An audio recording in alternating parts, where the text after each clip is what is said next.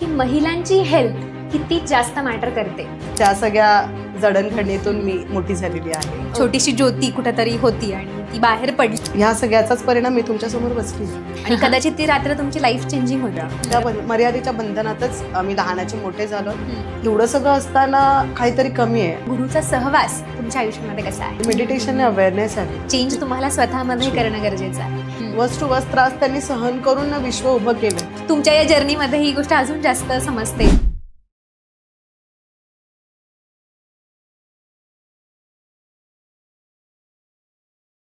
आजचा विषय थोडा वेगळा आहे. आपल्याला सगळ्यांनाच माहिती आहे की महिलांची हेल्थ किती जास्त मॅटर करते. एका परिवाराला जर सुखी आयुष्य जगायचं असेल तर त्या परिवारामधली महिला सुखी असणं, आनंदी असणं आणि हेल्दी असणं किती गरजेचं आहे हे मी तुम्हाला वेगळं सांगायला नको. तर आज आपण अशाच एका व्यक्तिमत्वाला भेटणार आहोत ज्यांनी आपल्या आयुष्यामध्ये बरेचसे चढ उतार अनुभवले. पण ते चढ उतार अनुभवत असताना त्यांच्या फॅमिलीने त्यांना कशाप्रकारे सपोर्ट केला, त्यांच्या हेल्थनी त्यांना कशाप्रकारे सपोर्ट केला आणि त्यांच्या आयुष्यातली स्पिरिच्युअल पॉवर म्हणजेच त्यांच्या गुरूंनी त्यांना या सगळ्यातून कशा पद्धतीने बाहेर काढलं, या सगळ्या गोष्टी आज आपण जाणून घेणार आहोत. बघा, ॲज अ वुमन मी स्वतः या गोष्टी रेकमेंड करते. जर तुम्ही त्या घराचा एक मोठा पाठिंबा असाल तर तुम्हाला सगळ्यात पहिल्यांदा तुमच्या हेल्थवरती आणि तुमच्या मनावरती काम करणं गरजेचं आहे. आणि त्याचसाठी आपण असे गेस्ट इन्व्हाइट केलेलं आहे ज्यांचं नाव आहे ज्योती रत्नाकर मडवी. त्या ठाणे जिल्ह्याच्या सरचिटणीस आहेत आणि ज्योतिरत्न फाउंडेशनच्या अध्यक्ष आहेत, म्हणजेच समाजसेविकासुद्धा आहेत. सर जाऊयात. नमस्कार मॅडम, खूप खूप स्वागत आहे तुमचं स्नेहयोगा फॅमिलीमध्ये. बऱ्याच गोष्टी असतात आपल्या लाईफमध्ये. ॲज अ वुमन डेफिनेटली मी बऱ्याच महिलांकडून ह्या गोष्टी ऐकलेल्या आहेत. तुमची स्टोरी ज्यावेळेस मी ऐकली त्यावेळेस मला असं वाटलं की तुमची स्टोरी ही लोकांपर्यंत पोहोचणं गरजेचं आहे, जेणेकरून जे इन्स्पिरेशन महिलांना हवं असतं त्या इन्स्पिरेशन तुम्ही आहात असं मला वाटलं तुमची स्टोरी ऐकल्यानंतर. सो पहिला प्रश्न माझा हाच असेल की बऱ्याचदा काय होतं ना, लग्न झाल्यानंतर स्त्रिया स्वतःला हरवून बसतात. लग्न झालं की माझा नवरा, माझी फॅमिली, माझं मूल आणि माझी चूल यामध्येच महिला हरवून बसतात. आणि डेफिनेटली आता हे कमी झालं आहे, पण अगदी आपण 10 वर्षापूर्वी 15 वर्षापूर्वी किंवा माझ्या आईच्या काळामध्ये जर आपण बघितलं तर ह्या गोष्टी होत्या है ना. आणि मग ह्या सगळ्या गोष्टी ज्यावेळेस तुमचं लग्न झालं, म्हणजे तुमच्या स्टोरीमधलाच हा एक इम्पॉर्टंट पार्ट आहे. तुमचं लग्न झालं आणि तुम्ही पण ह्या सगळ्या गोष्टींमध्ये तुम्हाला हरवून बसलात. मग त्या सगळ्या गोष्टींमधून बाहेर पडण्यासाठी नेमकं काय इन्स्पिरेशन होतं? आणि डेफिनेटली ती स्टोरीसुद्धा आम्हाला जाणून घ्यायला आवडेल. ती स्टोरी काय होती? नमस्कार, मी ज्योती रत्नाकर मडवी. तुम्ही जसं इंट्रोडक्शन करून दिलं, ठाणे जिल्हा सरचिटणीस आणि सध्याची ज्योतिरत्न फाउंडेशनची अध्यक्षा. मुळात मी लहानपणापासून 4 बहिणी, आम्ही पप्पा जॉब करत होते आणि 4 बहिणींच्या एका छोट्या फॅमिलीमध्ये माझं बालपण गेलं. ओके. त्यानंतर कॉलेज करत असताना अचानक मागणं आलं. मोठं घराणं होतं. सगळे म्हणाले की छान आहे. एका वडिलांना, आईला जी मुलीसाठी एक घराणं हवं असतं, एका उत्तम सासर हवं असतं, ते सासर कुठेतरी माझ्या मम्मी पप्पांना दिसलं. आणि मी जेव्हा ह्यांना पाहिलं तेव्हा असं माझ्या लक्षात आलं की माझा ड्रीम मॅन मला भेटतोय आणि मला त्यांच्या पलीकडे काही विचारच आला नाही आणि सगळं काही थांबून लग्न झालं. ओके. मी जसं म्हणाली की आमची कुटुंब व्यवस्था लहानपणापासून जेवढ्याच तेवढी आणि जेमतेम होती. आणि लग्नाच्या 15 दिवसानंतरच माझं घराणं, म्हणजे लग्नानंतरचं माझं सासर खूप मोठं आहे, पॉलिटिकल बॅकग्राऊंड आहे, मोठ्या घराण्यात सून म्हणून जेव्हा गेली तेव्हा मला जास्त काही जमत नव्हतं. म्हणजे एवढ्या मोठ्या घराण्याला मीच स्वतःच मान्य करून बसली होती आणि स्वतःच्याच आतले बॉन्ड मी स्वतः क्रिएट केलेले. आमचे पप्पा, म्हणजे मी सासऱ्यांना पप्पा म्हणते, त्यांनी आम्हाला खूप मुबलकता दिलेली. कोणीच प्रेशर वगैरे करत नव्हतं. पण इतका अल्लडपणा होता ना की म्हणजे मी एक परफेक्ट वाईफ बनण्याचा प्रयत्न करत होती, परफेक्ट सून बनण्याचा प्रयत्न करत होती, पण कुठेही काही व्यवस्थित असं काही मला साजेसं जमेना. ओके. त्याच्यानंतर मग जसं लहानपणापासून पप्पांच्या फ्रीडममध्ये वाढलेलो आणि अल्लड, आणि मी म्हणेन म्हणजे माझ्यामधली ती नासमजीच कुठेतरी होती. मग ह्यांना समजून न घेता छोट्या छोट्या मुद्द्यांवर भांडणं, आकांतांडव करणं आणि लग्नानंतर स्वतःमध्येच मी कुठेतरी कुंपणं घालून घेतले होते. म्हणजे असं झालं होतं की मोठ्या श्रीमंत घराण्यात दागिन्यांनी मडलेली छोटीशी ज्योती जी स्वतःच्या आतमध्ये कुठेतरी घुसमटत होती. माहित नाही काय, पण सगळं काही मुबलक असून सुद्धा मला ते नीटचं जमत नव्हतं. त्याच्यानंतर मग छोटे छोटे म्हणजे ह्यांचं म्हणणं नाही ऐकून घेता, थोडा यायला उशीर झाला तरी पण, फोन नाही अटेंड केला तरी पण कुठेतरी मग तो त्यावेळेस म्हणजे मी ना कॉमन टू कॉमन जी महिला असते तशी एक लाईफ जगत होती. आणि त्याचं महत्वाचा पार्ट होता माझ्या नवऱ्याची बायको सिरियल. म्हणजे ह्या सिरियलचा इतका इम्पॅक्ट होता, मी म्हणेन की सगळं काही तसंच बघायची मांडायची असं, म्हणजे मी एक मानून बसलेली आणि मग ह्यांच्याशी भांडायची. हे खूप कॉमन झालं. मग त्या पूर्ण दिवसभर स्ट्रेसमध्ये राहणं आणि छोट्या छोट्या गोष्टींनी हक्कान तांडव करणं आणि मग थोडंसं जरी काही झालं तरी पण मम्मीकडे पळत जाणं. आणि मग 2 दिवसानंतर अशी जाणीव व्हायची की माझा नवराच मला हवाय. बरोबर. त्यामुळे मग पळकुटे स्वभाव कुठेतरी बनून गेलेला आणि मग पुन्हा नवऱ्याकडे येणं, हा माझा रुटीन आणि कॉमन लाईफ जगत होती.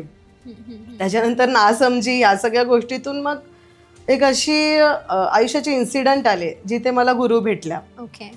आणि त्या सगळ्यामध्ये ना कुठेतरी एकच दिवस असं म्हणजे एक रात्र होती तिथे असं विचार आला की लग्ना अगोदर मी कॉलेज लाईफमध्ये शाळेमध्ये माझं वक्तृत्व छान होतं. कुठल्याही म्हणजे ह्याच्यामध्ये कॉम्पिटिशनमध्ये पार्टिसिपेट करायचं आणि जिंकायचं हे माहिती होतं. मोठ्या स्टेजवर उभं राहून स्पीचेस करणं वगैरे हा माझा आवडीचा विषय होता. आणि मग थोडा विचार केला एका रात्री की ज्योती तू काय होतीस आणि काय करतेस, काय झालीयस, सगळं काही परफेक्ट करण्याच्या नादात काहीच तुला नीटचं जमत नाहीये, काय कुठं चुकतंय ते सुद्धा कळत नाहीये. त्याच्यानंतर मग आईंकडे, आई म्हणजे माझ्या ज्या गुरु आहेत मी त्यांना आई म्हणते, त्यांच्या सहवासात जसं आलं तसं मला त्यांनी प्रत्येक घटनेला चहूबाजूंनी बघायला शिकवलं. सर्वप्रथम चहूबाजूंनी बघितल्यानंतर मग ती माणसं जी तुझ्याशी म्हणजे माझ्याशी जशी वागतायत त्याची कारणं मला समजावली. मुळात ती कारणं समजल्यानंतर असं झालं की जी घटना आहे त्या घटनेला म्हणजे मी कसा प्रतिसाद द्यावा शांततेने हे त्यांनी मला शिकवलं. खूप काम केलं ऍक्च्युली माझ्यावर त्यांनी. ऋषी दुर्वासानंतर मी त्यांचंच नाव घेईन इतकं काम त्यांनी केलं. त्याच्या समजत असताना मग त्या मला जेव्हा मी त्रासात होती तेव्हा ते मला असं म्हणायच्या की पॉलिटिक्स जॉईन. मला असं वाटायचं की म्हणजे कसं शक्य आहे ना असं म्हणतायत. मग हळूहळू माझ्यावर त्यांनी काम करणं सुरू केलं. स्वतःमध्ये मी बदल आणले, शांत झाली सर्वप्रथम. आणि मग त्यांनी असं सांगितलं की बास आता, म्हणजे हे म्हणजे जसं स्वतःमध्ये बदल केले, चेंजेस झाले. मग सुखासुखी आम्ही दोघं आज नवरा बायको खूप सुखी संसार आहोत. छोटे मोठे जे रिलेशन प्रॉब्लेम होते, खूप वर्दळ होती आयुष्यामध्ये आजूबाजूला, प्रत्येकाच्या घरात असते असं मला वाटतं, माझ्याही घरात होती. पण मी त्याला कसं प्रतिसाद द्यायचा हे शिकले. स्वतः शांत राहून, विचारांना शांत ठेवून त्यांना उत्तरं देण्यासाठी मी सगळ्या गोष्टी शांततेने करायला लागल्यामुळे त्याचा इम्पॅक्ट खूप छान झाला. आमचं रिलेशन आज इतकं छान आहे, बंगला आहे माझा, खूप सुंदर आयुष्य जगतोय. आणि मग हळूहळू रिलेशन सुखासुखी व्हायला लागलं, सगळं काही झालं. आणि त्याच्यानंतर पण मला असं वाटायचं की इतकं सगळं माझ्याकडे आहे, समृद्ध घराणं आहे, सगळं काही आहे, हे चांगले, मला खूप छान पाठिंबा देत आहेत लोक. आज म्हणतायत की तुमच्या दोघांसारखे नवरा बायको म्हणून बघायला आवडतं, असं पाहिजे, असा संसार हवाय. पण मग असं वाटायचं कुठेतरी आतमध्ये ना एक गोष्ट अशी चुणचुण असायची की काहीतरी कमी कमी आहे. तेव्हा मग जेव्हा आईनी सजेस्ट केलेलं, ह्यांच्या पुढाकाराने समाजसेवा करताना मग जेव्हा लोकांचे अश्रू पुसायला लागले, लोकांच्या हाकेला धावून जाताना त्यांच्या चेहऱ्यावरची स्माईल बघताना जो आनंद मिळायचा, जे आत्मिक समाधान म्हणू शकते, ते मिळायला लागल्यानंतर कळलं की आईनी मला का सेवेमध्ये उतरवलं. आणि त्याचाच परिणाम असा झाला की आज आम्ही दोघं नवरा बायको फाउंडेशनच्या अंतर्गत म्हणा आणि पदाच्या माध्यमातून जेवढी आमच्याकडून जास्तीत जास्त लोकांना सेवा देण्याची संधी मिळते तितका आम्ही प्रयत्न करत असतो. आणि आज ह्या सगळ्याचाच परिणाम मी तुमच्यासमोर बसली. That's really nice. म्हणजे ऑब्व्हियसली की या सगळ्या गोष्टींमध्ये अडकलेलं असताना बाहेर पडणं किंवा मुळात ती गोष्ट कळणं की बाबा मी खरंच या गोष्टींमध्ये अडकले. जसं तुम्ही म्हणलात की दागिने घालून मी त्या घरामध्ये एक नाही का एक छोटीशी ज्योती कुठेतरी होती आणि ती बाहेर पडली. त्याच्या पाठीमागं हे रिझन होतं की तुम्हाला कळालं ती जी एक रात्र आली तुमच्या आयुष्यामध्ये आणि कदाचित ती रात्र तुमची लाईफ चेंजिंग होती. बरोबर. सो आपण गुरूंकडे जाऊयातच तुमच्या. त्याच्या आधी मला हे विचारायला आवडेल की लग्नानंतर जे तुम्ही सांगितलं, तर लग्नानंतर भरपूर चेंजेस तुमच्या लाईफमध्ये झाले. आधी एक तुम्ही होतात आणि त्याच्यानंतर आता आम्ही तुम्हाला बघतो तर तुम्ही वेगळ्या आहात. तर लहानपणी तुम्ही कशा होत्या? लहानपण म्हणायचं तर माझा जन्मच 7व्या महिन्याचा, म्हणजे जन्मापासून संघर्ष म्हणायला हरकत नाही. कशी बशी जगलेली 4 बहिणींमध्ये. ओके. आजच्या म्हणजे युगात ते नाहीये, मोबाईलच्या दुनियेत, पण आमच्या लहानपणी आम्ही भातलुकलीचा खेळ, शेतावर जाऊन चिंचा बोरं खाणं, भावंडांसोबत खेळणं, हे सगळं पण एक महाराष्ट्रीयन कल्चर असतं, संस्कारांनी बांधलेलं, जेवढ्याच तेवढं आयुष्य, एक चौकटीतलं आयुष्य. त्या सगळ्या गोष्टींमधून मी लहानपण बालपण जगलेलं आहे. आणि मग घराने शाळेतून किंवा मम्मी पप्पांनी ज्या आम्हाला मर्यादा आखल्या, त्या मर्यादेच्या बंधनातच आम्ही लहानाचे मोठे झालो. पण पप्पा म्हणून फक्त आम्ही पुरुष तत्व असं एकच बघितलेलं आहे, कारण 4 बहिणी आणि पप्पा असं आमचं फॅमिली बॅकग्राऊंड. आणि एक सर्वसामान्य म्हणतात ना की अंथरूण पांघरून पाय पसरणे, त्या सगळ्या जडणघडणीतून मी मोठी झालेली आहे. Okay okay okay okay. So okay, म्हणजे तुम्ही आता लग्न झाल्यानंतर सांगितलं आणि लग्नाच्या आधी म्हणजे आपलं जे बालपण असेल, ओके, असे काही एक्सपिरियन्सेस आहेत काय जे तुम्हाला शेअर करायला आवडतील, की जे खरंच तुमच्या लाईफसाठी एक लाईफ चेंजिंग बनले, की बाबा नाही, हे माझ्या आयुष्यामध्ये घडल्यामुळे मला असं वाटलं की मी काहीतरी करू शकते? लग्नानंतरचं म्हणतात? लग्नानंतरचं डेफिनेटली. लग्नानंतर म्हणजे जशी मला जाणीव व्हायला लागली, त्याच्यानंतर असे काही म्हणजे रोज काही ना काही प्रॉब्लेमचे सोल्युशन मागण्यासाठी म्हणा, एक लोकांचा विश्वास संपादन करू शकलो, त्याच्यामुळे लोक आपल्या दरवाजावर यायला लागले. मुळात आमचं घराणं हे राजकारणी घराणं. पप्पा पॉलिटिक्स मध्ये होते, माझे सासरे श्री नारायण नथू मडवी, आणि लहानगी सून, पण कुठेतरी समाजाच्या विश्वास संपादनाने आम्ही कार्यरत असल्या कारणाने लोक यायचे. पण त्याच्यानंतर एक दिवस असा आला की खूप साऱ्या महिला आमच्या समोर यायच्या की ताई हा प्रॉब्लेम आहे, जॉबचा प्रॉब्लेम आहे, संसारातले काही आपण ज्या कॅमेऱ्यासमोर नाही बोलतायत. आणि त्यांच्या समोर येताना म्हणजे त्या अशा अपेक्षेने बघायच्या की काहीतरी इथून मला मिळण्याची म्हणजे एक आउटपुट असतो ना, त्या अपेक्षित असायच्या त्या महिला.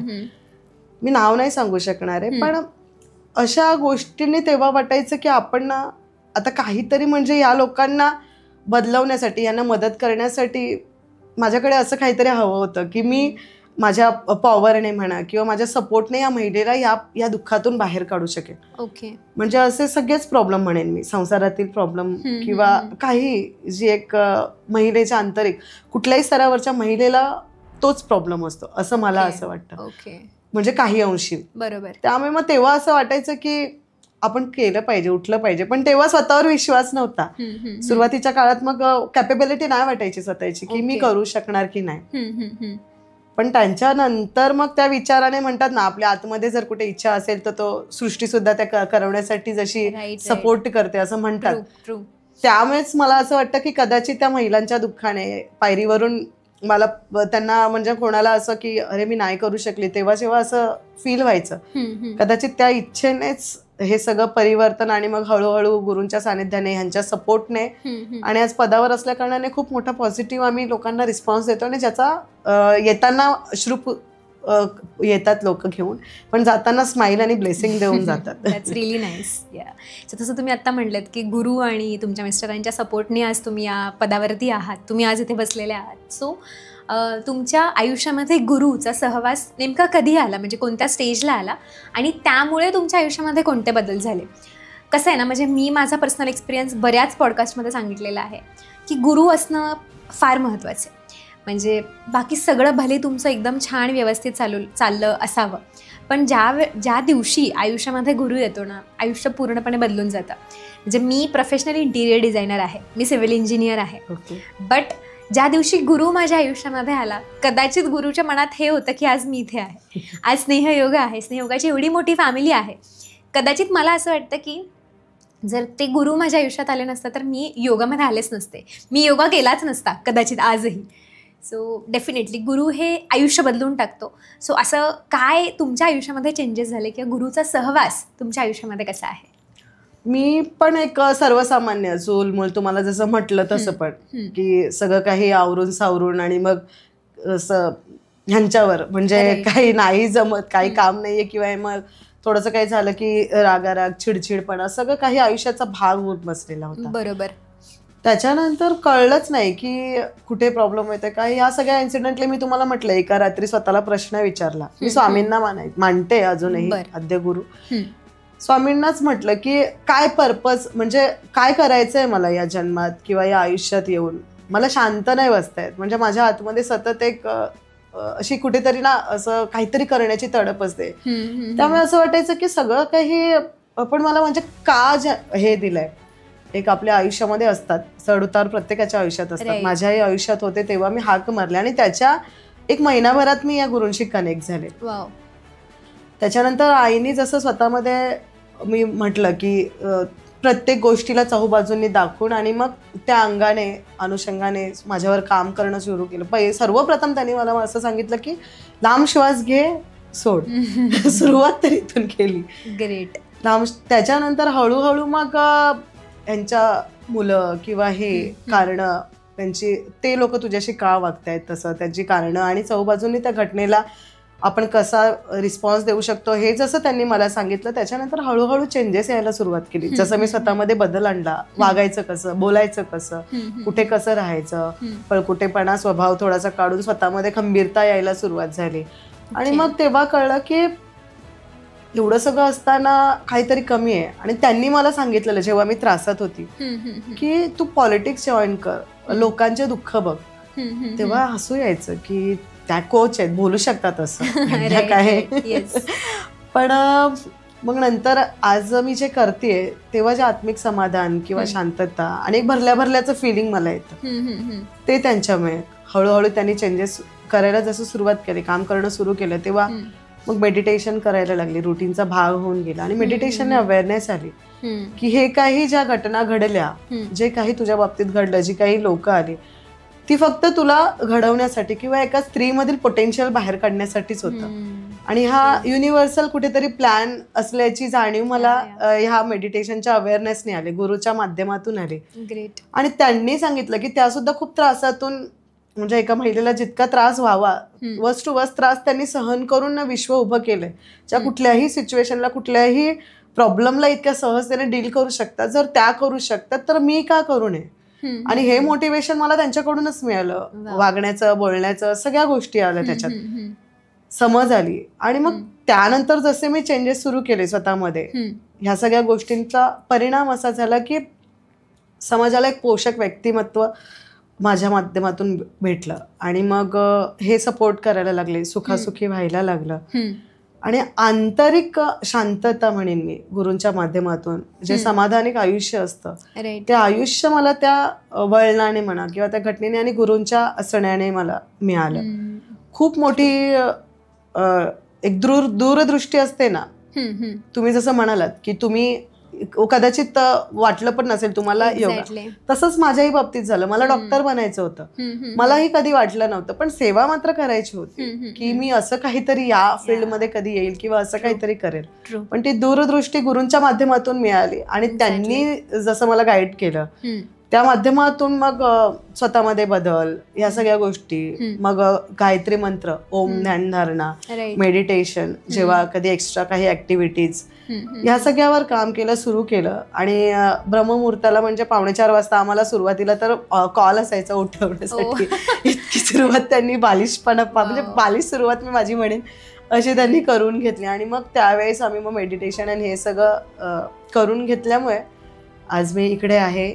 आणि खरंच त्या होत्या, त्यांनी वळण दिलं. आणि एक आपल्याला ज्या मार्गावर चालायचं आहे, जर गुरु असतील तर मी म्हणेन तो मार्ग आपल्याला निवडलेला असतो, फक्त चालणं सोपं जातं आणि त्या दृष्टीने निवडलेला मार्ग माहिती असतं का आपण तिथे पोहोचणार आहोत. बरोबर. त्यामुळे ते एक आयुष्याला मिळालेलं खूप छान असं मला वाटतं आहे गायडन्स. म्हणजे आयुष्याला वळण देण्यासाठी ही गोष्ट खूप आपल्याला मदत करते, खूप मदत करते. आणि आयुष्याला आपण आपल्या दृष्टीने आपल्याला वाटत असतं की हा बरोबर मार्ग आहे किंवा मला हे करायचंय, पण जेव्हा गुरूंची दृष्टी पडते ना तेव्हा त्या मार्गातील अडथळे किंवा आपल्याला कुठे पोचायचं हे त्यांना कदाचित दिसत असावं. आय डोंट नो, ते असू शकतं स्पिरिच्युअलिटीचा भाग, मला त्यावर नाही काही बोलायचंय. पण त्या दृष्टीने चाललं तर मला असं वाटतं आपण अडथळे किंवा 10 मार्गाने जे अनुभव खडतर प्रवास ना तो सोपा होतो. बरोबर, असा माझा पर्सनल अनुभव आहे. म्हणजे आता जसं तुम्ही सांगितलं, बऱ्याचशा महिला ह्या प्रॉब्लेम्समधून जात असतात. फॅमिली इश्यूज असतात, भांडण असतात, छोट्या छोट्या गोष्टींवरून प्रॉब्लेम्स, भांडणं घरामध्ये चालूच असतात.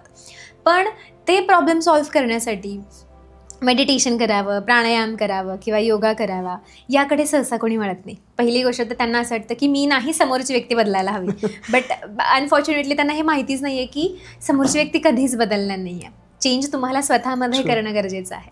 सो जसं मी तुमच्या इन्फॉर्मेशनमध्ये ऐकलं होतं की मेडिटेशन ऑलमोस्ट 1.5 तास मेडिटेशन तुम्ही करायचं आणि त्याचा रिझल्ट ऑब्व्हियसली आय नो की त्याचा रिझल्ट खूप बेस्ट असतो. सो तुम्ही कशा पद्धतीने मेडिटेशनची सवय तुम्हाला लावली? कारण की मी जेवढं बघितलं आहे, पहिलं तर मेडिटेशन होत नाही लोकांकडून. म्हणजे त्यांना 10 मिनिट जरी बसवलं तरी त्यांना इकडं चावतं, काहीतरी कॉल येतो, एकतर काहीतरी विचार येतो, नाहीतर ह्या गोष्टी होत असतात. सो तुम्ही तुमच्या लाईफमध्ये मेडिटेशन आणि ह्या सगळ्या ओम ध्यान, जसं तुम्ही आता म्हटला ध्यान धारणा तुम्ही करता, त्या गोष्टींची सवय कशी लावली तुम्ही? 2 गोष्टी आहेत. आमच्या आई म्हणतात की साधना ही तुमच्या संसारात कधी अडथळा नसावा. त्याच्यामुळे माझ्याही घरचे 6च्या नंतर उठतात. मोस्ट ऑफ द सगळे 6च्या नंतर उठतात. ओके. त्याच्या अगोदरच ब्रह्ममुहूर्ताला आपण आपलं जे काही मेडिटेशन योगा आहे ते करणं जास्त महत्वाचं आहे आणि मी सुद्धा तेच करते. आणि मग बाकीच्या दिनचर्येमध्ये मला कधी डिस्टर्ब होत नाही आणि सगळ्यांना माहिती आहे की माझं हे आता रुटीन बनून गेलं, त्यामुळे मला तो वेळ दिला जातो घरामध्ये. कारण ज्याच्या त्याच्या पद्धतीने त्यांना त्यांची वेळ दिली जाते आणि मी दिनचर्या डिस्टर्ब कधीच करत नाही. ओके. माझं रुटीन केल्यानंतर मग मध्ये कधी पॉज मी आला तर मग एक्स्ट्रा काही ऍक्टिव्हिटीज असतील, एक्स्ट्रा मेडिटेशन असेल तर मग ते करून घेते. डेफिनेटली सुरुवातीला थोडं जड जातं मेडिटेशन मध्ये, स्थिरता तितकी एक्सेप्टन्सी पण नसेल म्हणा, असतील काही कारण. बरोबर. पण मग हळूहळू होतं ते. आणि मग एका स्टेज नंतर आज असं झालंय की मेडिटेशन आणि हे म्हणजे नसेल त्या दिवशी मला अस्वस्थ वाटतं. त्यामुळे इतकी सवय झाली. ट्रू. आणि त्याचे फायदे पण आहेत, खूप फायदे आहेत. एक्झॅक्टली, खूप फायदे आहेत. म्हणजे शारीरिक फायदे, सर्वप्रथम तर मी शारीरिक फायदे अनुभवले आणि शारीरिक फायदे, मानसिक फायदे आणि त्याच्यामुळे होणारे आजूबाजूचे भौतिक फायदे, रिलेशन, सगळं काही सगळं आपल्या आत आहे. हे खूप मोठी म्हणजे शिकवण मला मेडिटेशनच्या माध्यमातून दिली. एक्झॅक्टली. बऱ्याच नवरा बायकोंमध्ये हा जो वाद होत असतो की तुझं माझं पटत नाही, तर त्यासाठी मला असं मेडिटेशन हे बेस्ट ऑप्शन असू शकतं. कारण त्याच्याने ना मॅडम अवेअरनेस येते की इतरांना बदलण्यापेक्षा आपण काय केलं पाहिजे आणि स्वतःमध्ये चेंजेस. आणि कोणी सांगून मला नाही वाटत बदलतं, पण जी अवेअरनेस, सेल्फ अवेअरनेस येते ना, त्याच्याने खूप मोठा बदलाव होतो. ट्रू. आणि तो स्वतःमधला बदलाव आयुष्याला खूप मोठं परिवर्तन देतो. एक्झॅक्टली. ट्रू. जसं मी याच्या आधी पण म्हणलं की स्वतः आपण हेल्दी असू, स्वतः आपण फिट असू, तर आपलं कुटुंब हेल्दी राहतं, तर आपलं कुटुंब चांगल्या प्रकारे काम करू शकतं, आपल्याला सपोर्ट पण करू शकतो. सो याच्यावरती तुमचा काय एक्सपिरियन्स राहिला यासाठी? मी म्हणेन 100%. कारण आपण जर आतून शांत आणि आनंदी नसू तर त्याचा काही अर्थच नाहीये. म्हणजे किती तुमच्या समोर उपलब्धता, सुख असेल, पण ते आपण बघतच नाहीये किंवा आपल्याला समाधानच नाहीये, तर त्याचा काही उपयोग नाहीये असं मला वाटतं. राईट. त्यामुळे मग स्वतःमध्ये आनंदी राहा. मी म्हणेन की जे आजूबाजूला आपल्याकडे जे आहे त्यात आनंदी राहा, समाधानी राहा, परिपूर्ण व्हा आणि त्याच्यानंतर तुम्ही विचार करा की मी याच्या व्यतिरिक्त काय करू शकते. राईट. आणि इतरांना म्हणजे जर तुम्ही आतून दुःखी असाल तर तुम्हाला काहीच मिनिंग नाहीये कुठल्याच गोष्टीला. पण जर तुम्ही आतून सुखी आहात, खुश आहात, तर तुमचं सगळं सुखासुखी होऊ शकतं. राईट. हे अनुभव आहेत मला. ट्रू. आणि जसं तुम्ही अजून एक गोष्ट सांगितली की लहानपणी तुम्हाला म्हणजे कॉलेजमध्ये असताना वक्तृत्वाची आवड होती किंवा तुम्हाला बक्षिसं वगैरे मिळायची, लग्नानंतर कुठंतरी ते हरवलं आणि परत तुम्हाला असं वाटलं की मी हे करू शकते. तर या सगळ्यामध्ये तुमच्या मिस्टरांचा रोल काय होता? वाव, खूप छान क्वेश्चन आहे. खरं सांगू, आज माझ्या पूर्ण या प्रवासाचे जर सूत्रसंचालक कोण असतील ना तर ते माझे मिस्टरच आहेत. ते आहेत म्हणून हे सगळं करू शकते.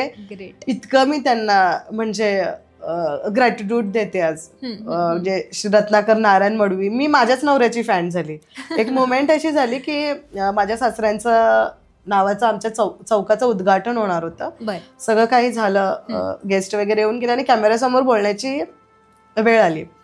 मला कुठे काही कल्पना नव्हती की मला कधीतरी बोलायला म्हणजे मिळेल असं. इनफॅक्ट मी आतून रेडीच होती की म्हणजे आम्ही लोणावळा सेशनला 2 दिवसीय जायचो, तेव्हा आईंकडून आमच्याकडून असे स्टेज परफॉर्मन्स आणि तुम्हाला जे हवंय लाईफला आकार देण्यासाठी काही काही स्पीचेस आणि याची तयारी करून घेतली जायची डेफिनेटली, पण ते दुनियेला माहिती नव्हतं की बाहेरच्या जगात ते माहिती नव्हतं. आतून मी तयार होते आणि हे मला अचानक बोलले की ज्योती बोल, आणि आय वॉज लाईक की वाव. म्हणजे संधीच बघत होते मी. आणि मग संधी मिळाल्यानंतर जो काही म्हणजे स्पीच माझं गेलं ना, सगळ्यांना असं वाटलेलं की नंतर मला जेव्हा सांगितलं की हे स्क्रिप्टेड आहे म्हणून, पण स्क्रिप्टेड काहीच नव्हतं. जे मला आतून वाटलं त्या दिवशी त्या क्षणाला ते मी सर्रासपणे बोलून गेली आणि ह्यांनी संधी दिली. आणि म्हणजे मी वाव की म्हणजे मला वाटलंच नव्हतं. आणि मी इतकं हे करते की मी कधीच विचार न केलेली मुलगी की मी असं काहीतरी करेल आणि हे सगळं करते, याचं कम्प्लिटली मी म्हणेन की श्रेय माझ्या नवऱ्याला जातं. आणि मला अजून एक ह्यांची बाजू, आणि मी स्वतःला लकी अशासाठी समजते की बहुतेक समाजामध्ये जेव्हा बघते पुरुष प्रधान संस्कृती आहे, बहुतेक अशा आहेत की जिथे फक्त नावापुरत्या महिला आहेत, पण त्यांच्या आड मी सगळ्यांना नाही संबोधत, डेफिनेटली नॉट, पण जिथे काही लोक आहेत की फक्त नवऱ्यात म्हणजे महिलांचं नाव पुढे आहे आणि पूर्ण कारभार आहे तो पुरुष चालवतोय, सगळीकडे पुरुष आहे, म्हणजे त्यांच्या पुढे सगळ्या गोष्टी करण्यासाठी पुरुष आहे. पण माझ्या बाबतीत माझ्या नवऱ्याने मला स्वतः सगळं काही पोषक असून सुद्धा मला त्यांनी समाजसेवेपासून पॉलिटिक्समध्ये सेशनमध्ये जाण्यासाठी लागणाऱ्या सगळ्या तडजोडी या निव्वळ आणि निव्वळ त्यांनी केलेल्या आहेत. सगळं काही त्यांनी केलं आणि मग मला पाठिंबा दिला की तू बोल, तू कर, तुला आवड आहे.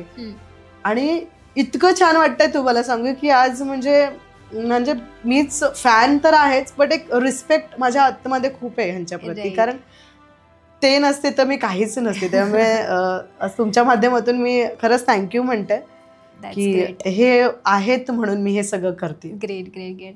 आणि जसं तुम्ही सांगितलं लग्नानंतर ज्या गोष्टींमध्ये तुम्ही अडकून पडला होतात, जसं की आपण म्हणलो की घर चूल मूल या गोष्टींमध्ये, त्यावेळेस त्यांचा सपोर्ट कसा होता की त्याच्यानंतर तुम्ही ज्यावेळेस स्वतः ह्या गोष्टी करायला रेडी झालात की बाबा नाही मला काहीतरी चेंज करायचं आहे, त्यावेळेस त्यांचा सपोर्ट कसा होता? काही डिफरन्स होता की he was in the same way? मी म्हणेन की हे तसेच होते. बरं, मी बदलली, ओके, तसं मला ह्यांच्यामधले पॉझिटिव्ह बदलाव दिसायला सुरुवात झाली असं मी म्हणेन. ओके. कारण तुम्हाला जसं मी म्हटलं एक वर्दळ होती आयुष्यामध्ये, पळकुटेपणा स्वभाव होता, स्थिरता नव्हती, आणि त्यामुळे मी कधी काही करायचाच विचारच करत नव्हती ना, स्वतःमध्ये कुंपणं घातलेली म्हणजे चूल मूल आणि हेच आयुष्य, याच्या पुढे मी काही करेन किंवा मला कोणी मदत करेल किंवा काय हे कधी वाटलं नव्हतं आणि करण्याचा विचारही केला नव्हता. आणि मीच मानून बसलेली ती, त्याला कारण पण मीच आहे असं मला असं वाटतं. काहीतरी आतील गोष्टी असतील ज्याच्यावर खूप सारं काम केलंय मी गुरूंच्या माध्यमातून, खूप सारी क्लिन्झिंग क्रिया केल्या. पण नंतर आज जेव्हा मी बघते म्हणजे तेव्हा असं वाटतं की वाव किती छान आहेत, म्हणजे हे इतके छान आहेत, इतके सपोर्टिव्ह आहेत. फक्त एक आहे की मी मला बदलण्याची तयारी केली, तसे चेंजेस आणले, पहिलं तर एक्सेप्ट केलं आणि मग गुणदोष स्वीकारून जेव्हा सुरुवात केली. आणि मला असं वाटतं जेव्हा एखादी गोष्ट करतो, एखादं काम करतो, ते नीतिमत्तेचं आहे, चांगलं आहे, समाजाला पोषक आहे आणि तुम्ही तुमच्या मर्यादा, तुमची चौकट, तुमच्या फॅमिली सगळं काही सांभाळून जर तुम्ही करताय तर मला वाटतं कोणीही सपोर्ट करेल. आज मला पूर्ण मडवी परिवार, समाज आणि हे तर म्हणजे प्रायोरिटी मी म्हणतं तसं, या सगळेजण मला सपोर्ट करतायत. आणि ज्या गोष्टी त्रासदायक वाटत होत्या त्या इतक्या छान पद्धतीने मला म्हणजे सांगू नाही शकत. माझा आतून आनंद खूप वेगळा आहे. त्यामुळे मी म्हणते की प्रत्येक माणसाने ते करणं गरजेचं आहे. सो बऱ्याचदा आपण असं बघतो की पुरुषांना बाहेरच्या समाजामधला ताणतणाव समजतो, पण जी स्त्री आहे ती जनरली किचनमध्ये असते. सो बऱ्याच लोकांना असं वाटतं की स्त्रीला काय समजतंय ना, तिला थोडी बाहेरच्या गोष्टी समजणार आहेत. सो ती पण कधी पुढे येत नाही, ती स्वतःच आतल्या आत घुसमटत राहते आणि बोलण्याचा प्रयत्न पण करत नाही आणि विषय सोडून देते. सो यावरती तुमचं काय म्हणणं आहे? मुळात मी असं म्हणेन की आमच्या बाबतीतच म्हणजे लहानपणी असं व्हायचं ना, चौघी बहिणी, पप्पा आले जॉबवरून आले की स्ट्रेसमध्ये असले, कधी ताणतणाव असला तर मम्मी अशी म्हणायची की सतू नका ग, शांत राहा, खेळायची वेळ नाहीये, गप्प बसा, पप्पांना त्रास होईल. सो मला असं वाटतं बहुतेक सामाजिक पार्ट किंवा आपली जडणघडण अशी आहे की आपण स्त्रियांच्या भावनांना महत्व नाहीये आणि दुसऱ्यांना, आपल्या व्यतिरिक्त दुसऱ्यांना, इतरांना महत्त्व द्यावं हे कुठेतरी लहानपणापासूनच आपल्या रूटमध्ये जाणीव करून दिलेली असते आणि शिकवणूक इनडायरेक्टली घडलेली आहे. राईट. आणि मी म्हणेन ठीक आहे असावेत, पण इतकं पण कठीण नाहीये एका महिलेने मत व्यक्त करणं. तुम्ही माझं म्हणाल तर मी ह्यांच्याशी जेव्हा बोलायचं असेल तर मग तो मूड वाईज टाइम बघून आपण मग आपल्या पद्धतीने थोडंसं आवरून सावरून आपण जर बोललो तर ते मत व्यक्त होतं. आपलं आपल्या आतमध्ये जे काही विचार आहेत ते आपल्याला मांडायला पण मुबलक. फक्त त्या महिलेवर डिपेंड आहे, तिने त्या कशा पद्धतीने एक्सप्रेस करायच्या, कशा पद्धतीने मांडायचं. आणि मला असं वाटतं की उपज सृष्टीने हे प्रत्येकीला दिलेलं स्किल आहे. बघाल तुम्ही तर पुरुषांमध्ये तितकी रूपं नाहीये, शिवाची तितकी रूपं नाहीये जितकी मा पार्वतीची, मा दुर्गाच्या रूपात, मा कालीच्या रूपात, सरस्वतीच्या रूपात, मा लक्ष्मी म्हणून पण पूजली जाते. मग इतकी सगळी देवीची जी रूपं आहेत ते आपल्याला हेच सांगतायत की तुम्ही तुमच्या मध्ये ते पोटेन्शियल, ते स्किल उपजत आहे की तुम्ही वेगवेगळ्या गोष्टीमध्ये आपण वेगवेगळ्या पद्धतीने आपल्या ट्रिक लावू शकतो. मला असं वाटतं की प्रत्येकीने, म्हणजे मी कुठेतरी पुस्तकामध्ये ऐकलेलं आहे की main on the Mars and women on the Venus. याचा अर्थ असा आहे की दोन वेगवेगळ्या व्यक्तिमत्वाच्या म्हणजे ज्या माणसं आहेत त्यांना व्यक्त होण्याच्या सुद्धा पद्धती वेगळ्या वेगळ्या आहेत. राईट. आणि त्यामुळे महिला तुम्ही बघत असाल तर मुळात प्री जजमेंटल माइंड असतात. म्हणजे त्यांचं असं असतं की मी हे असं म्हटलं तर तो समोरचा तसाच रिस्पॉन्स करणार, हे ठरलेलं असतं. पण मला असं म्हणणं आहे, म्हणजे आवर्जून मी सांगेल की प्री जजमेंटल माइंडमध्ये ते होण्यापेक्षा मीही होती, पण थोडंसं आपण जर समजलो या स्त्री तत्वामध्ये, आपण जर थोडंसं कुठेतरी जाणीव करून घेतली स्वतःमध्येच की नाही, आणि मग आपल्या आतल्या आवाजामध्ये दाबून घुसमट होऊन आजाराला आमंत्रण देण्यापेक्षा तुम्ही रिप्रेझेंट कसं होऊ शकता या जर वेगवेगळ्या पद्धतीने जर होऊ शकलात तर खूप सुखकर होईल आणि आपला आवाज सुद्धा एक्सप्रेस होईल. आणि मला असं वाटतं की हे प्रत्येकीने करावं. Yes, true. सो या सगळ्यामध्ये जसं तुम्ही सांगितलं स्टार्टिंगलाच की चांगलं घर आलं, चांगला मुलगा आला, त्यामुळे तुमचं लग्न झालं आणि त्या सगळ्या गोंधळामध्ये शिक्षण तुमचं अर्धवट राहिलं. सो या सगळ्याचा तुम्हाला कशा पद्धतीने प्रॉब्लेम झाला किंवा तुमच्या काही अशा काही अपेक्षा होत्या का की मी हे करेन ते करेन मग मी लग्न करेन, पण अचानक लग्न झालं त्यामुळं ह्या गोष्टी मागे पडल्या, असे काही गोष्टी आहेत का? ऍक्च्युली मला बनायचं डॉक्टर होतं. डॉक्टर म्हणून समाजसेविका इनडायरेक्टली करायची होती, ते स्वप्न होतं माझं. पण मी तुम्हाला म्हटलं ना की यांना बघितलं आणि सगळं काही विचारच हरवून गेले. असं वाटलं ड्रीम मॅन एक सोलमेट असतं ना, तसं मला यांना बघून, आणि हे पहिलेच स्थळ म्हणून आणि त्यांच्यामुळे मला ड्रीम मॅन आणि एक मनासारखा जोडीदार मिळाला. आणि त्याच्यामुळे मग काय करावं असंच वाटलं नाही, सगळं काही थांबून गेलं. आणि खूप छान छान सगळं मिळाल्यावर म्हणतात ना सगळं काही विसरायला झालं, तसं माझ्या बाबतीत झालं. मी सगळं काही विसरली, स्वप्न विसरली, विजय होतं ते विसरली सगळं काही. पण त्या कदाचित ईश्वरालाच सेवा माझ्याकडून करायची होती. त्यामुळे मग आज मी जे करते ते कुठेतरी इनडायरेक्टली लोकांना तसंच सेवाच देण्याचं काम करते असं मी म्हणेन. आणि वाटलं नव्हतं की लग्नानंतर सुद्धा अशा पद्धतीने एक महिला मोठी होऊ शकते, पण आज मी उदाहरण आहे त्याचं. कारण डॉक्टर म्हणून सेवा करायची होती, आज आम्ही आरोग्य शिबिरं घेतोय, खूप सारे आरोग्य शिबिरं घेतोय. लोकांना आरोग्याच्या समस्या असतील म्हणा किंवा कोणाला काही रिलेशन प्रॉब्लेम असेल तर आम्ही दोघं तिथे उपस्थित असतो. आणि बरेचसे आम्ही मोफत कराटे क्लासेस, मोफत महिलांसाठी वुमन एम्पॉवरमेंट म्हणजे साठी सक्षम करण्याकरता आम्ही पंचसूत्री कोर्स ह्या सगळ्याचं आयोजन, देन महिलांना अवेअरनेस किंवा त्यांच्यामध्ये स्टेबिलिटी. म्हणजे आज आपण प्रत्येकाच्या आयुष्यात गुरु येईल किंवा नाही असं आपण नाही, म्हणजे प्रत्येक निवडेलच असं नाही, बरोबर.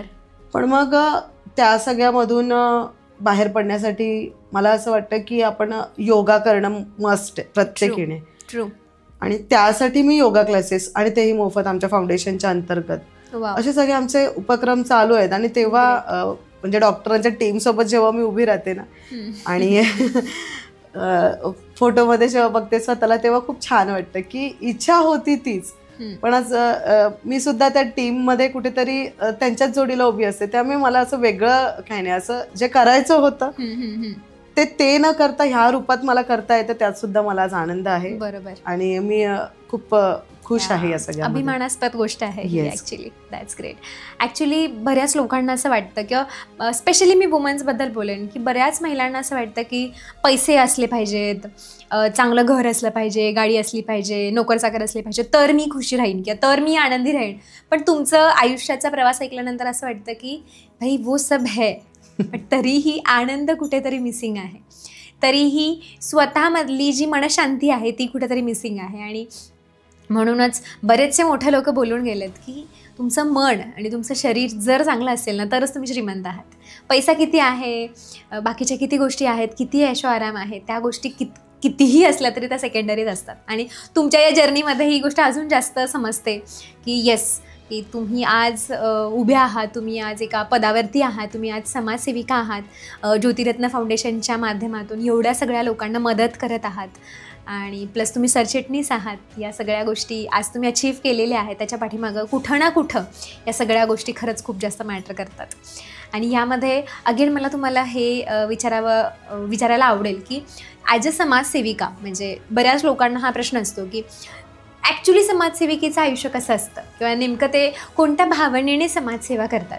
सो याबद्दल ज्यावेळेस तुम्ही आत्ता मी म्हणेन या पदावरती बसून ज्यावेळेस तुम्ही मागे वळून पाहता की मी आत्तापर्यंत काय काय केलं, काय काय सेवा माझ्या हातून घडली, ती ज्यावेळेस तुम्ही त्या गोष्टीकडे बघता त्यावेळेस तुम्हाला कसं फील होतं? खरं सांगू का, माझे पहिले तर म्हणजे मी जे काही आज करते त्या प्रत्येक कामामध्ये माझा एक उद्देश आहे किंवा मी एक माइंडसेटने, एका विचाराने मी काम करते. फॉर एक्झाम्पल तुम्ही म्हणू शकता की आम्ही महिलांना आर्थिक सक्षम करण्यासाठी जे पण उपक्रम केले, शेकडो महिलांना त्याच्या संधी मिळाल्या. त्यातनंच काही म्हणजे क्रिएटिव्हिटी आणि नेलाट वगैरे म्हणजे सक्षमीकरणाकरता जे काही असेल, आरीवर्क, मेहंदी, हे सगळे आपण कलागुणांना वाव देऊन एका महिलेने सक्षम व्हावं, स्वतःसाठी वेळ काढावा, हा पण एक उद्देश होता. राईट. आणि त्यासाठी आम्ही मग कंडक्ट केलेली, माझ्या बंगल्याच्या बाल्कनीमध्येच आपण ते कंडक्ट केलेलं. ओके. आणि त्याचं म्हणजे असं होतं माझं उद्देश की त्या प्रत्येक महिलेने आज फक्त म्हणजे खाणं पिणं आणि याची गरज नाहीये, कपडा रोटी मकान ही गरज राहिलेली नाहीये. तर एका प्रत्येक स्त्रीची अपेक्षा असते की कोणीतरी यावं ना आमचं बोट धरून आम्हाला फक्त सांगावं की चल मी आहे. आणि मला ते कुठेतरी जाणीव झाली की आपल्याला हे करणं गरजेचं आहे आत्ताच्या युगात. त्या नीडला समजून मी मग महिलांना, आम्ही तो जसा उपक्रम केला, मग ते दिवसातून रोज 2 तास, काही महिला जरी प्रॅक्टिस झालेली असली, येत असली तरी यायला लागल्या. कारण त्यांना सुद्धा कुठेतरी जाणीव व्हायला लागली की मुलं विचारतात मग मी तू क्लासला चालली आहेस ना. इनडायरेक्टली असं होतं की जे घरात बसून सुद्धा महिला असते, जिला असं आपण म्हणतो की व्हॅल्यू नाही, पण असं नसतं. ती सगळं काही करते, पण तिला कदाचित काही घरांमध्ये व्हॅल्यू एक्झिक्यूट होत नसेलही, काही ठिकाणी होते. Completely agree. बहुतांश भाग असा आहे जो आहे आणि बहुतांश ठिकाणी नाही, त्या बरोबर सुद्धा आहे.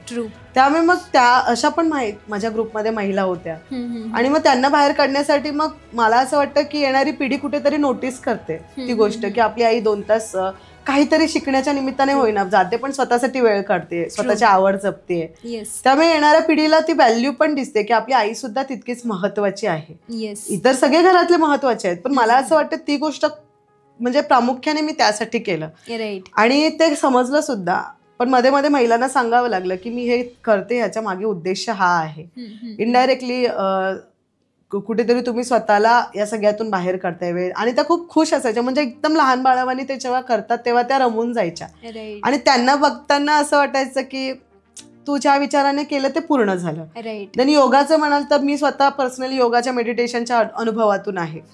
आज महिलांमध्ये किती सारे आजाराचं प्रमाण वाढलंय, आपण स्ट्रेसचं कारण सांगतो, आपण सगळ्या काही गोष्टी सगळं करतोय, बट कॅम्पिंग आरोग्य आपण देतोय. शिबिरांच्या माध्यमातून आम्ही सुद्धा लोकांना दिल्या आरोग्याविषयी सुविधा, मोफत त्या पण मला असं वाटतं त्यासाठी लागणारी जी अवेअरनेस आहे, नॅचरली जे आपण करू शकतो, ज्या आपल्या शरीराच्या मला वाटतं थोड्याशा सवयी बदलून किंवा आपण थोडंसं सूर्यनमस्कार वगैरे हे रोज करावं, जसं मी करून माझे शारीरिक बदल घडलेत, असं प्रत्येकीने करावं. आणि त्यासाठी आम्ही मग योगा क्लासेस सुरू केला. आज 2 ब्रांचेस आमच्या मोफत योगा क्लासेसच्या आहेत आणि एक कराटे क्लासेस सुद्धा आपण मोफत केलंय. माझा त्यामागे असा उद्देश होता की आज खूप सारे म्हणजे समाजामध्ये अत्याचाराच्या केसेस वाढल्यात, डिप्रेस होत आहेत, मुलांमध्ये स्थिरता किंवा आतमध्ये खंबीरता नाहीये तितकी जितकी पूर्वी होती.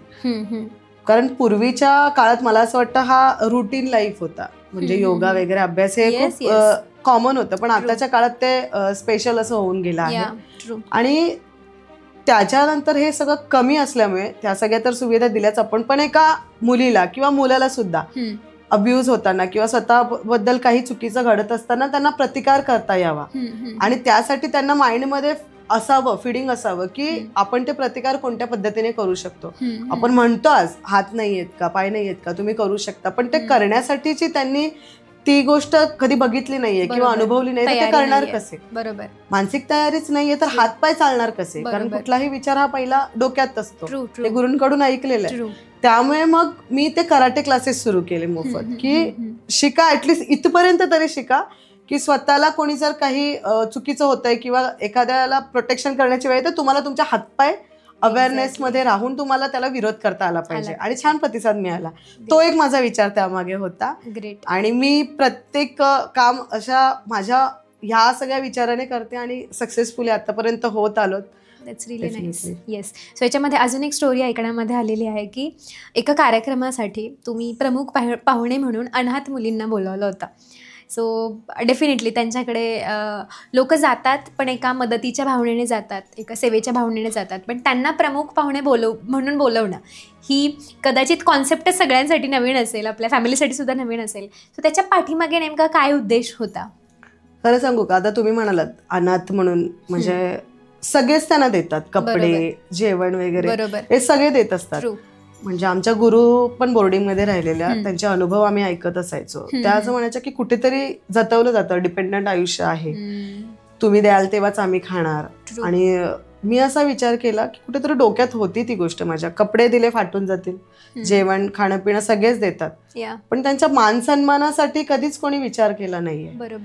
बरोबर आहे ना. आणि मग मी असा विचार केला की या सगळ्या खाण्यापिण्याच्या गोष्टी हे सगळं देण्यापेक्षा डेफिनेटली दान धर्म आमचं रुटीन किंवा आपण करतो, पण ते डाव्या हाताचं उजव्या हाताला कळू नये असं म्हणतात. तो काही बोलण्याचा विषय नाहीये माझ्यासाठी सध्या, पण ही गोष्ट आवर्जून सांगते. कारण माझ्या बंगल्यात जेव्हा मी त्यांना प्रमुख पाहुणे म्हणून बोलवलं, तेव्हा कोण जाणो एखाद्या त्यातल्याच मुलीने बघून असा जर विचार केला की वाव किती छान आहे, आपण सुद्धा हे डिझर्व करतो, किंवा आपण आज इथे उपस्थित प्रमुख पाहुणे म्हणून आहेत तर त्यांना सुद्धा आपण महत्वपूर्ण आहोत, मी सुद्धा अशा बंगल्यात राहू शकते, ताईसारखं आयुष्य जगू शकते, का होऊ शकत नाही. ती त्यांना माइंडमध्ये कुठेतरी ते येण्यासाठी मी हा घाट घातला. आणि बघा ना तुम्ही, म्हणजे आपण जेव्हा रस्त्यावरनं चालत असतो तेव्हा मोठ्या गाड्या, मोठ्या बंगले किंवा बिल्डिंग जरी बघायचं म्हटलं तरी असं म्हटलं जातं की ऐपतीत राहावं किंवा ऐपतीपेक्षा कधी काही विचार करू नये. बरोबर. पण सबकॉन्शियसली ह्या मुलांना कुठेतरी त्यांच्या आयुष्यामध्ये असंच असतं की कोणीतरी देणार, आम्ही खाणार, डिपेंडंट आयुष्य असतं, हे देतील तरच आम्ही काहीतरी करणार, कोणीतरी येणार. ह्या सगळ्या गोष्टींमध्ये ना मला एक अनुभव त्यांना द्यायचा होता. आज आपण आम्ही जे घडलो ते आपण कुठेतरी लहानपणापासूनचे आपले एक एक घटना आहेत, इन्सिडेंट आहेत ज्या आपल्या लाईफला इम्पॅक्ट करतात.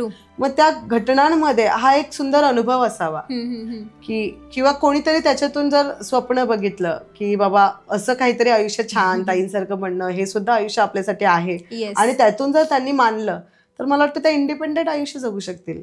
आणि तो अनुभव, ती स्पेशल फिलिंग मला त्यांना खरंच द्यायची होती. आणि त्यासाठी मी त्यांना, म्हणजे त्या विचाराने मला त्यांना बोलवायचं म्हणजे होतं, आणि ते मी केलं. प्रमुख पाहुणे बोलवले आणि हळदी कुंकवाचं आयोजन केलं होतं.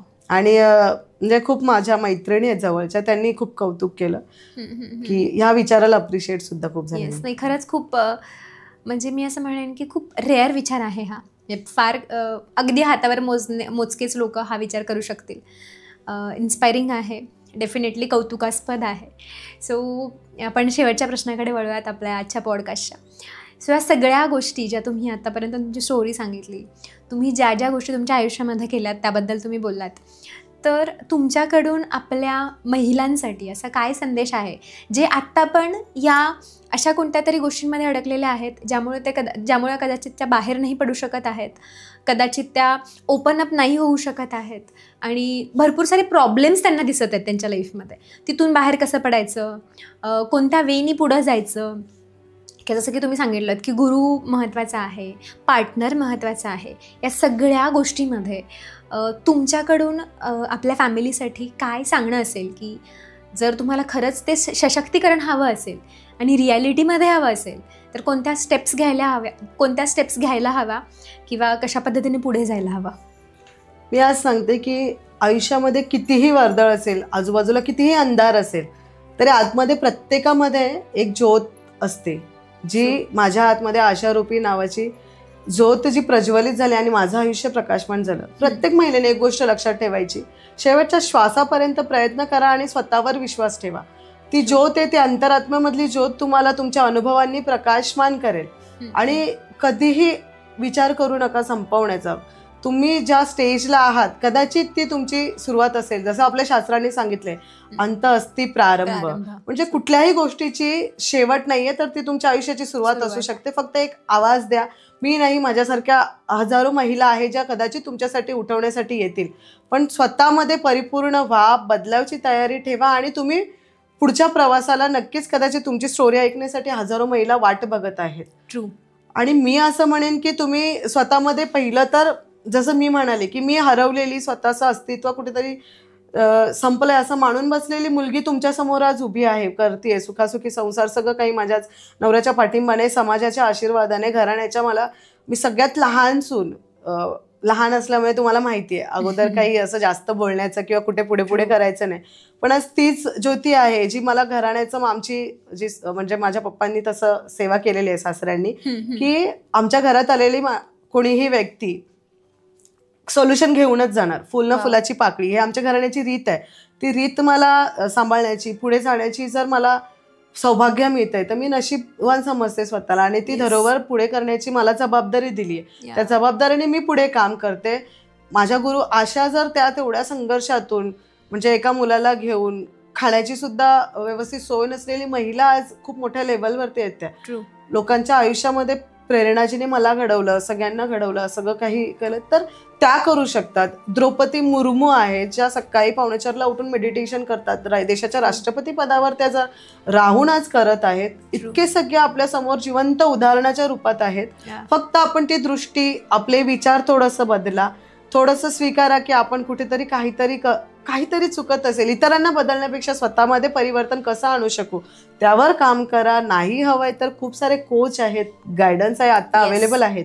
जसं आपण डॉक्टरांकडे आज सर्रास जातोय, आपल्या शारीरिक व्याधींवर चर्चा करतोय, पण मुळात मानसिक आजारांबद्दल बोललं जात नाहीये किंवा ते एक्सेप्ट नाहीये. पण मला असं वाटतं तुम्ही थोडं विचारांवर तुमच्या काम केलं, स्वीकारलं, बदललं.